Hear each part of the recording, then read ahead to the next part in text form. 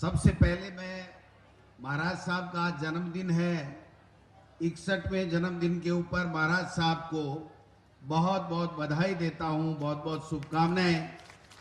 जुग जुग जिए, हजारों साल जिए और इसी प्रकार से लोगों की सेवा करते रहें और हम पे आशीर्वाद बनाए रखें। इसलिए सबसे पहले तो जन्मदिन की मुबारक। और आज राजस्थान के हमारे लोकप्रिय मुख्यमंत्री आदरणीय अशोक गहलोत साहब, यहाँ पर हमारे प्रभारी राजस्थान पंजाब के पूर्व डिप्टी सीएम आदरणीय सुखजिंदर रंधावा साहब, यहाँ पर प्रभारी मंत्री आदरणीय मेरे भाई रमेश मीणा जी, आपके अपने जिले के मंत्री आदरणीय सुभाष गर्ग जी, हमारे विधायक नगर वाजिब अली साहब, नदबई के विधायक अवाना साहब, यहाँ पर बैठे हुए हमारे तमाम सम्मानित मंच प्रधान, चेयरमैन, महाराज साहब की सिस्टर भी विराजमान है, मैं उनको भी प्रणाम करता हूं।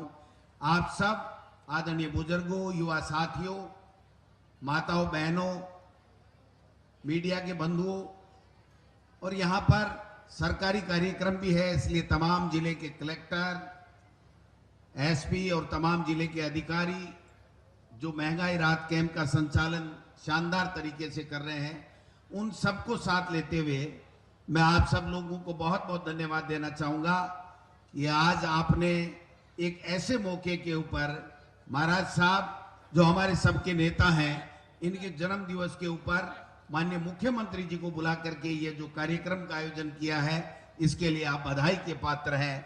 धन्यवाद देना चाहता हूं कांग्रेस पार्टी की तरफ से। आप सबके आशीर्वाद से 4.5 साल पहले राजस्थान में कांग्रेस की सरकार बनी। महाराज साहब को आपने यहां से चुनाव जिता करके भेजा। महाराज साहब आप सबके बीच में हमेशा हमेशा से रहते रहे हैं, चाहे वो चुनाव आपने देखा होगा कि जीते चाहे हारे, हमेशा जनता के बीच में रहे, जनता के सुख दुख में भागीदार बने। और आज 4.5 साल से जो हमारी सरकार काम कर रही है, वो राजस्थान में नहीं बल्कि हिंदुस्तान में राजस्थान एक मॉडल स्टेट के रूप में उभर करके सामने आया है। हम कभी सुनते थे, प्रचार प्रसार होता था बीजेपी की तरफ से कि गुजरात मॉडल बहुत शानदार है और पूरे हिंदुस्तान में हम गुजरात मॉडल लागू करेंगे, लेकिन अब हम सब एक साथ कह सकते हैं कि गुजरात मॉडल कुछ भी नहीं था। भाई को भाई से लड़ाने का मॉडल था। न वहां बिजली है, न सड़क है, न पानी है, लेकिन राजस्थान आज पूरे देश में सभी स्टेट्स में अव्वल है और एक मॉडल स्टेट के रूप में विभिन्न योजनाएं, फ्लैगशिप योजनाएं हमारी सरकार में मुख्यमंत्री जी ने और हमारी सरकार ने लागू की हैं। आपने देखा होगा कि बनते ही माननीय मुख्यमंत्री जी ने 3 दिन के अंदर 14,000 करोड़ रुपए का किसानों का कर्जा माफ किया, जो 6,000 करोड़ रुपए तो हमको भारतीय जनता पार्टी की घोषणा का जमा कराना पड़ा और 8,000 करोड़ रुपए हमारी सरकार ने, हमारे नेता राहुल गांधी जी ने कहा था कि 10 दिन में हम किसान का कोऑपरेटिव का कर्जा माफ करेंगे। माननीय मुख्यमंत्री जी ने वो करके दिखाया। आज एक भी व्यक्ति ऐसा नहीं है जिसका स्टेट कोऑपरेटिव का कोई भी कर्जा हो और वो माफ नहीं हुआ हो। लेकिन जो भारतीय जनता पार्टी है वो लोगों को बरगलाने का काम करती है, किसानों में भ्रम फैलाने की बात करती है कि जो कर्जा माफ की आपने बात की थी, वो कर्जा माफ आपने नहीं किया। मैं कहना चाहता हूं कि एक भी व्यक्ति अगर भारतीय जनता पार्टी का नेता लेकर के ले आए कि ये स्टेट कोऑपरेटिव का कर्जा था और इसका माफ नहीं हुआ, तो मैं इस मंच से उनको चैलेंज देता हूं। लेकिन नेशनलाइज बैंक और केंद्रीय सहकारी बैंक जो अमित शाह जी के अधीन आते हैं, उनके लिए माननीय मुख्यमंत्री जी ने देश के प्रधानमंत्री और देश के केंद्रीय सहकारी मंत्री अमित शाह जी को 7 बार चिट्ठी लिख दी।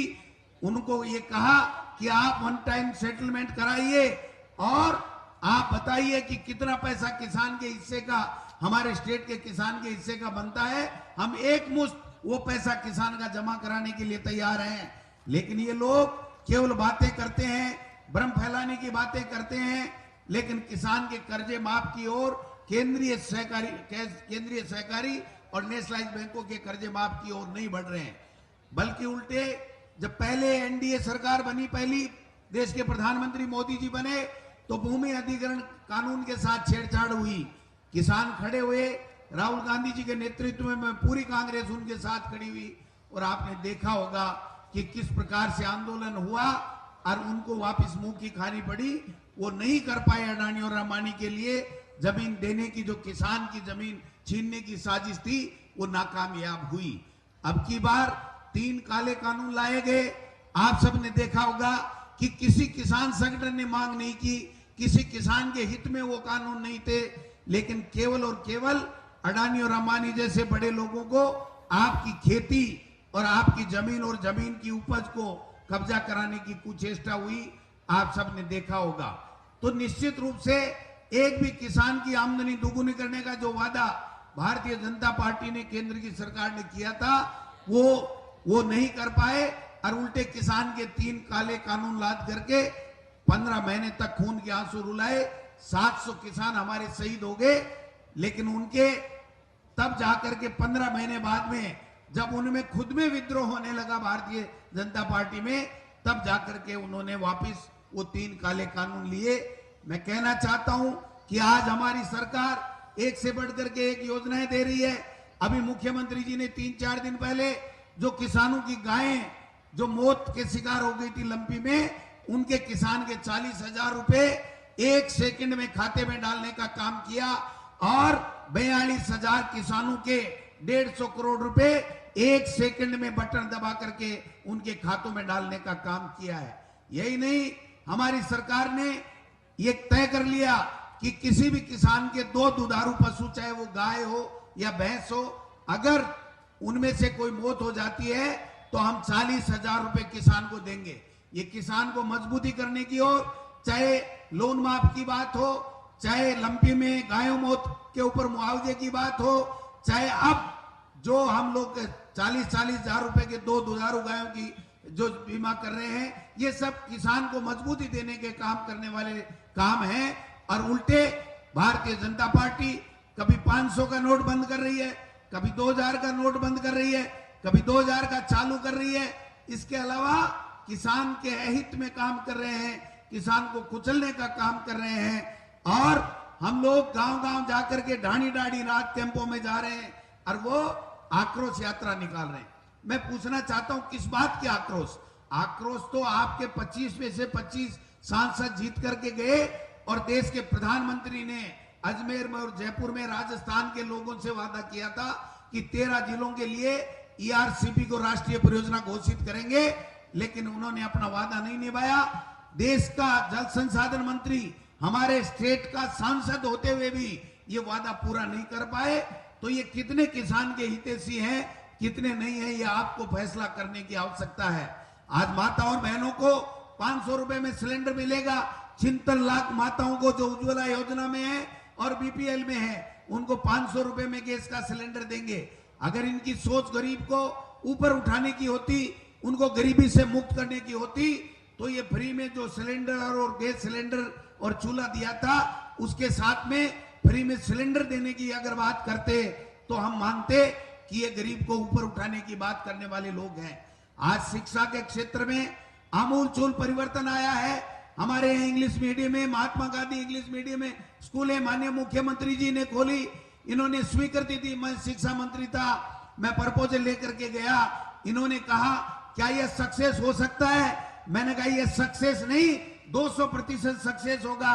गरीब का बेटा भी अंग्रेजी मीडियम में फ्री में अपने बच्चे को पढ़ाना चाहता है, वो भी आईएएस और आईपीएस बनाना चाहता है। माननीय मुख्यमंत्री जी ने केवल स्वीकृति नहीं दी, बल्कि ये कहा कि किसी प्रकार के फंड की कोई कमी इन इंग्लिश मीडियम स्कूलों में नहीं आने दी जाएगी। 10,000 टीचर अलग से इंग्लिश मीडियम में ले रहे हैं, इंटरव्यू से टीचर लगा रहे हैं। और आपने देखा होगा उच्च शिक्षा के लिए प्राइवेट कॉलेजों के ऊपर पैसे देकर के गरीब का बेटा कॉलेजी शिक्षा नहीं ले सकता था। 250 केवल 250 कॉलेज थी 70 साल में, 300-325 के लगभग इस सरकार के समय माननीय मुख्यमंत्री जी ने कॉलेज खोल करके किसान के गरीब के बेटे को निःशुल्क उच्च शिक्षा मिले, इस बात की व्यवस्था करने का काम किया। सबका इलाज फ्री हो 25 लाख रुपए तक, 5 लाख रुपए एक परिवार में एक व्यक्ति, 2 व्यक्ति अगर दुर्घटना में मौत हो गई तो 10 लाख रुपए मिलेंगे। ये इस प्रकार की योजनाएं लेकर के आए हैं कि आप समझ सकते हो। आपके पड़ोस में इधर उत्तर प्रदेश होगा, हरियाणा होगा, आप देख लीजिए कि अगर उत्तर प्रदेश हमसे 1.5 दुगुना राज्य है, लेकिन वहां पर जितनी सरकारी नौकरियां मिली हैं उससे 10 गुना नौकरियां हमारी सरकार और हमारे मुख्यमंत्री जी ने यहां राजस्थान के युवाओं को देने का काम किया है। अब केवल मात्र माहौल बनाने का काम कर रहे हैं कि राजस्थान में भ्रष्टाचार हो रहा है, राजस्थान में ये हो रहा है, राजस्थान में बेरोजगारों को रोजगार नहीं मिल रहा है। मैं पूछना चाहता हूं, पिछले 5 साल में भारतीय जनता पार्टी की सरकार थी, उनके सरकारी नौकरी के आंकड़े देख लीजिए, हमारे आंकड़े देख लीजिए। हमने 4.5 साल में जितनी नौकरियां दी है वो 5 साल में उतनी नौकरियां नहीं दे पाए।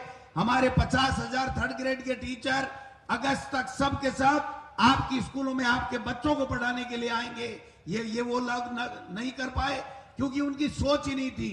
उनको केवल भ्रांति फैलानी है, केवल मात्र गुमराह करके वोट लेना चाहते हैं, धर्म के आधार पर झगड़ा करा के वोट लेना चाहते हैं, लोगों को बांट करके राजनीति करते हैं। इसलिए उनसे सावधान रहने की आवश्यकता है। आज 4.5 साल बाद में जहां भी मुख्यमंत्री जी जाते हैं, जहां भी मंत्री और हमारे संगठन के लोग जाते हैं, प्रभारी जी मैं आपसे निवेदन करना चाहता हूं, ये देखिए लोगों के चेहरे पे चमक है, ये सरकार के प्रति कितने उत्साह के साथ में यहां आए हुए हैं। पूरे 33 जिलों के अंदर भारतीय जनता पार्टी जोर लगा ले, जो आज यहाँ डी कुमेर में यहाँ पर महाराज साहब के यहाँ आए हुए कार्यकर्ता हैं, उतने वो पूरे स्टेट के अंदर कार्यकर्ताओं को इकट्ठे नहीं कर सकते हैं। राजस्थान में जयपुर में पिछले दिनों जयपुर में कहा था कि 1 लाख भाजपा के कार्यकर्ता राजस्थान में सचिवालय का घेराव करेंगे। 1500 से ऊपर संख्या नहीं पहुंच सकी और राजेंद्र जी राठौड़ जो नेता प्रतिपक्ष हैं उनको कसमें दिलानी पड़ी, आपको मेरी कसम है आप आइए। अरे लोग वहां होंगे तभी तो कुर्सियों पे बैठेंगे। 90% कुर्सियां भारतीय जनता पार्टी की उस आंदोलन के अंदर खाली थी और आज सारी की सारी कुर्सियां भी भरी हुई हैं और दोनों तरफ लोग खड़े भी हुए हैं। ये होता है जनता का आशीर्वाद और लोकप्रियता सरकार की और नेताओं की। इसलिए मैं तो ये कहना चाहता हूं कि अब समय आ गया है, तरह तरह की बातें करेंगे। एक भाजपा के लोग कह रहे हैं कि हमारा चेहरा मोदी होगा, हमारा कमल का निशान होगा। अरे मोदी जी कमल का निशान तो आपने छोड़ा ही नहीं। सब जगह कहीं भी जाओ, देश में जाओ विदेश में जाओ, मोदी मोदी। अरे मोदी ने किया क्या वो तो बताओ। मोदी ने 9 साल में एक काम अगर भला कर दिया हो तो हमको बताओ, जनता को बताओ कि हमने ये किया है। 2 करोड़ लोगों को 1 साल में नौकरी देने का वादा, 18 करोड़ लोगों को अगर हमारे युवाओं को नौकरी दी हो तो उसका हिसाब बता दो। किसान की आमदनी दोगुने करने की बात की थी, आधी रह गई। अरे जितनी तुमको जब सत्ता में लाए थे मोदी जी, तब जितनी आमदनी किसान की थी उतनी वापस लौटा दो, हम तो आपको धन्यवाद दे देंगे कि आपने हमारा कुछ किया है कि जितनी आमदनी मनमोहन सिंह जी के समय छोड़ करके यूपीए सरकार गई थी उतनी आमदनी भी आपने किसानों की कर दी है। तो मैं आप सबसे आग्रह करने आया हूं, कांग्रेस पार्टी के कार्यकर्ताओं से आग्रह करने आया हूं कि समय है, लग जाइए। हमारे पास में बताने के लिए बहुत कुछ है, हमारे पास में जनता की मदद करने के लिए बहुत कुछ है। गांव गांव ढाणी ढाणी जाइए, जो हमारी सरकार की ये 10 गारंटियां हैं उनका लाभ उनको मिले, ये सुनिश्चित कीजिए। आने वाला समय हमारा होगा, भारतीय जनता पार्टी का 2023 में राजस्थान से सुपड़ा साफ होगा। आज हमारे नेता राहुल गांधी जी ने बिहार से ऐलान कर दिया है कि छत्तीसगढ़ हो, तेलंगाना हो, मध्य प्रदेश हो, राजस्थान हो, वहां पर सब जगह कांग्रेस जीतेगी, भारतीय जनता पार्टी का सुपड़ा साफ होगा। ये मैं निवेदन करने के लिए आपको आया हूं। जिस प्रकार से यात्रा हमारे राहुल गांधी जी ने 4000 किलोमीटर की है, उसके बाद में ये बौखलाए हुए भारतीय जनता पार्टी के नेता और मोदी जी कुछ भी आगे पीछे उनको दिख नहीं रहा है, केवल भ्रम फैलाने की चेष्टा करते हैं कि राजस्थान में भ्रष्टाचार है। ये भ्रम फैला रहे हैं कि भाई यहां पर ये हो रहा है वो हो रहा है। मैं कहना चाहता हूं, अगर तुम में हिम्मत है तो हमारी जितनी जांच है तुम्हारी सेंटर की एजेंसी से करा लो, हम पाक साफ निकलेंगे। और अगर तुम्हारा जांचें हो गई पिछले 5 साल या उससे पहले की, तो आपको जवाब देना पड़ेगा कि 9 साल में मोदी जी ने कितना बड़ा भ्रष्टाचार किया है। ये देश नहीं, दुनिया के अंदर सब लोग बात करते हैं कि चाहे वो पीएम केयर फंड हो, चाहे दूसरी कोई योजनाएं हो, पूरी की पूरी केंद्र सरकार भ्रष्टाचार के आकंठ में डूबी हुई है। हम लोग आपकी सेवा कर रहे हैं, आपका आशीर्वाद हमको चाहिए। 2023 में महाराज साहब को और हम सबको आप आशीर्वाद देकर के पुनः राजस्थान में कांग्रेस की सरकार स्थापित कीजिए।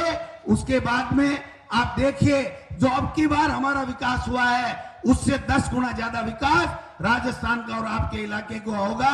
इन्हीं शब्दों के साथ जो हमारा सम्मान किया है, इसके लिए मैं आप सबका धन्यवाद ज्ञापित करना चाहता हूं। बहुत बहुत धन्यवाद। जय हिंद,